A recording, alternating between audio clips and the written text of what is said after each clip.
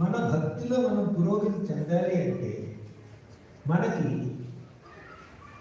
5 విషయాల మీద ఏకాగ్రత ఉండాలండి. ఈ 5 విషయాల గురించి చర్చిస్తున్నాం. రెడీగా?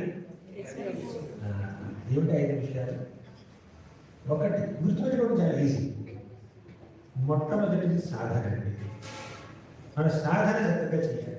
సాధన అంటే జపం చేయడం, హరే కృష్ణ మహామంత్రాన్ని మనం ఏకాగ్రతతో జపం చేయడం, ఆ నామం యొక్క మహత్తుని తెలుసుకుని ఆ నామాన్ని ఆశ్రయించడం, అది అది ఒక సాధన. అలాగే శ్రవణం చేయాలి.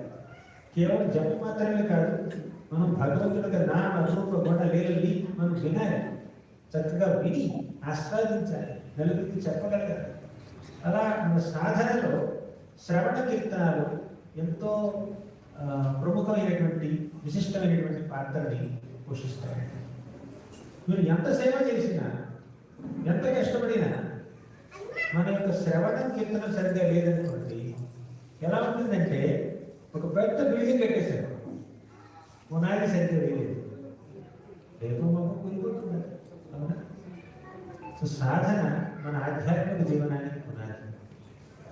సాధన లేనిదే, ముఖ్యంగా శ్రవణ కీర్తనాలు జరగనిదే మన ఆధ్యాత్మిక జీవనానికి గట్టి పటిష్టమైనటువంటి ఫౌండేషన్ చూడండి. కాబట్టి మనం భక్తిలో ఎన్ని గొప్ప చేసినా, ఎంత మహాసేవలు చేసినా కూడా మనం మాత్రం మన సాధన మర్చిపోతాం, శ్రవణ కీర్తనాన్ని మర్చిపోతాం.